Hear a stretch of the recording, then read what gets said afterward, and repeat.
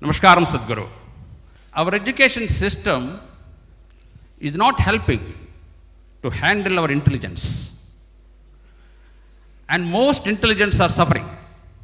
If you don't know how to handle your own intelligence, you suffer a lot.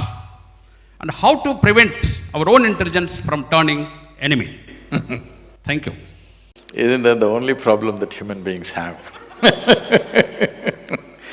They call it by many names.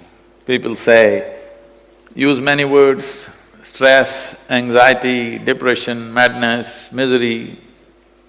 These are all different names. Essentially, your intelligence is turned against you. See, if you are with me and you're miserable, you can say, I'm miserable because of you, maybe. But you must try this.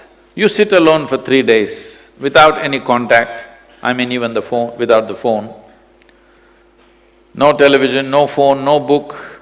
Simply sit by yourself, alert, not sleeping. If you're miserable by yourself, you're obviously in bad company, isn't it?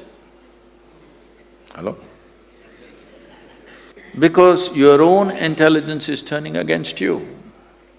Once your intelligence turns against you, no power in the universe can save you.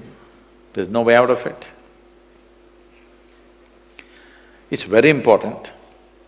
This body, this mind, these emotions, these energies work for you, isn't it? Even if the whole world turns against you, this one must always work for you. But right now, you can call this ill health, you can call this misery, you can call this whatever. Essentially, your body, your mind turning against you, isn't it? Because right from early childhood, you've been taught about everything in the universe, things that you've not seen. Everybody is talking about an atom. Nobody has seen one. I'm not saying it doesn't exist. What I'm saying is, if you do not even understand the one that you live in, how is it that you understand all these fantastic things that you've not seen?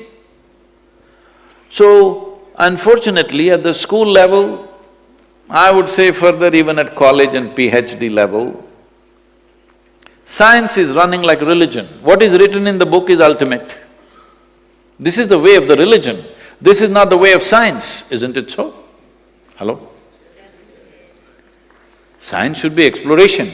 Whatever is written in the textbook is true, is a religious affair. Whatever is written in my book is 100% truth and nothing else but that. This rubbish we have suffered for a long time. We don't have to take that into our future. What is written in the book is fine, somebody's knowledge. But the essence of this culture has always been to question everything. Even you must understand this. This is a nation where nobody could give us a commandment.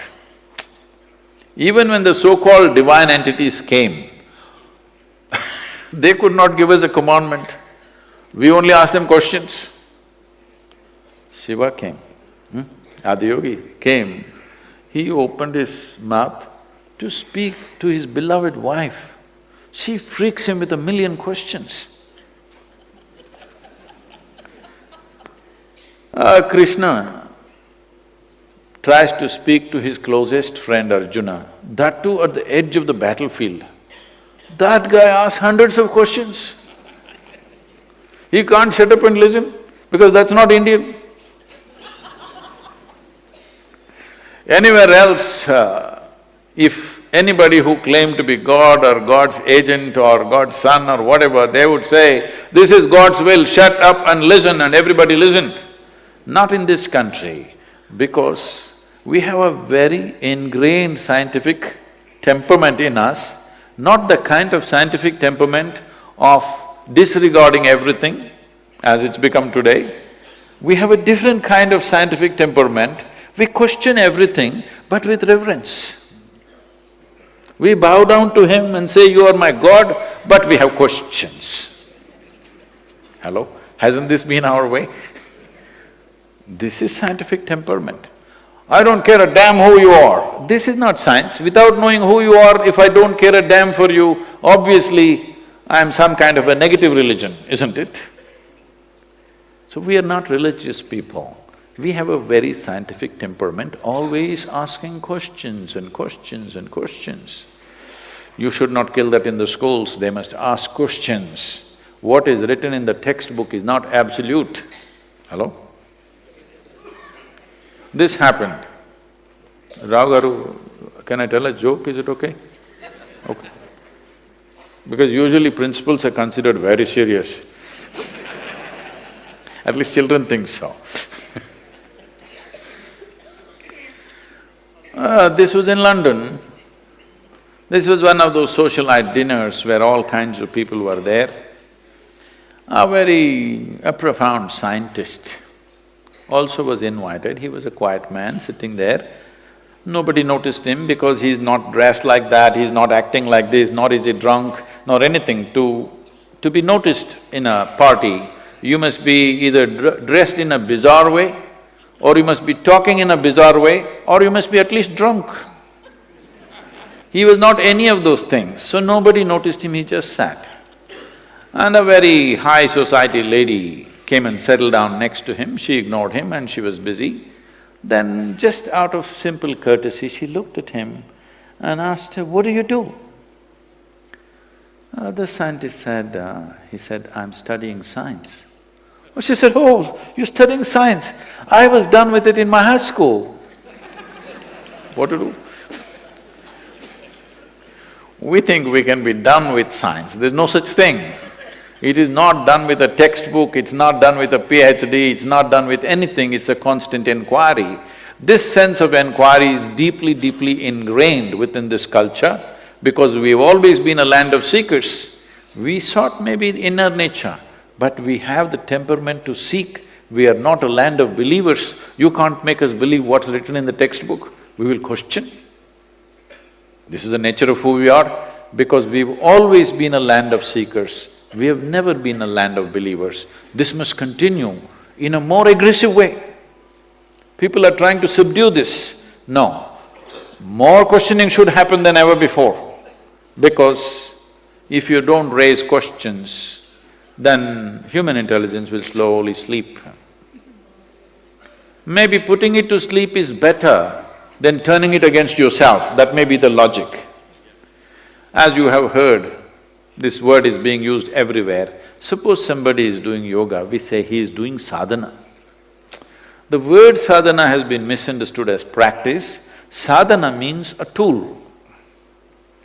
That means we are turning this body, this mind, this intelligence, this memory, this emotion, this energy into a tool. These are my tools.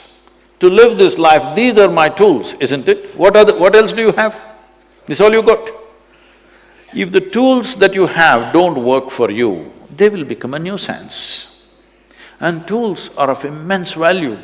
Human beings, we as human beings, we are who we are on this planet compared to other creatures only because of our ability to use tools. Is that so? I'm seeking a higher opinion. Those up there, hello? Is that so? We are who we are only because of our ability to use tools, isn't it? So for example, they were showing the image of Dhyanalinga on the video.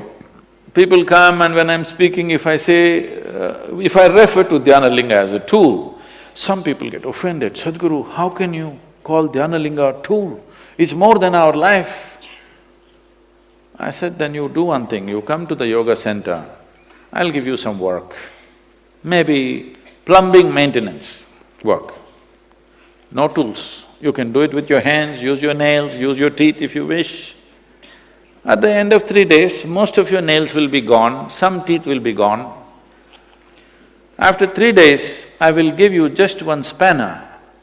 Will you worship the spanner or no? Hello? Yes? So you don't understand the power of a tool. So if this body, this intelligence, this bank of memory that I have, these emotions and these energies don't become effective tools in my life, I am a disaster. Doesn't need any outside help. Why most people get married is because they at least want to see I'm miserable because of somebody else. They don't want to see they're miserable by themselves, because if you see them when they're not married, they were anyway miserable. When they get married, they have a good excuse, it's because there is a way to turn this into our tools. These are our tools to be used for our well-being. And when we are well, tell me, when you are feeling really wonderful within yourself, let's say you're feeling blissed out right now, are you not wonderful to everything and everybody around you? Hello? If you're feeling absolutely blissed out, I'm sure if I come and meet you, you're an absolutely wonderful human being. But if I meet you when you're angry, frustrated, miserable, you could be nasty, isn't it? Hello? This is true with every human being. So the fundamental insurance on this planet to create a wonderful humanity is, first and foremost thing is, you must be loyal to your wonderfulness. Everybody is wonderful here and there.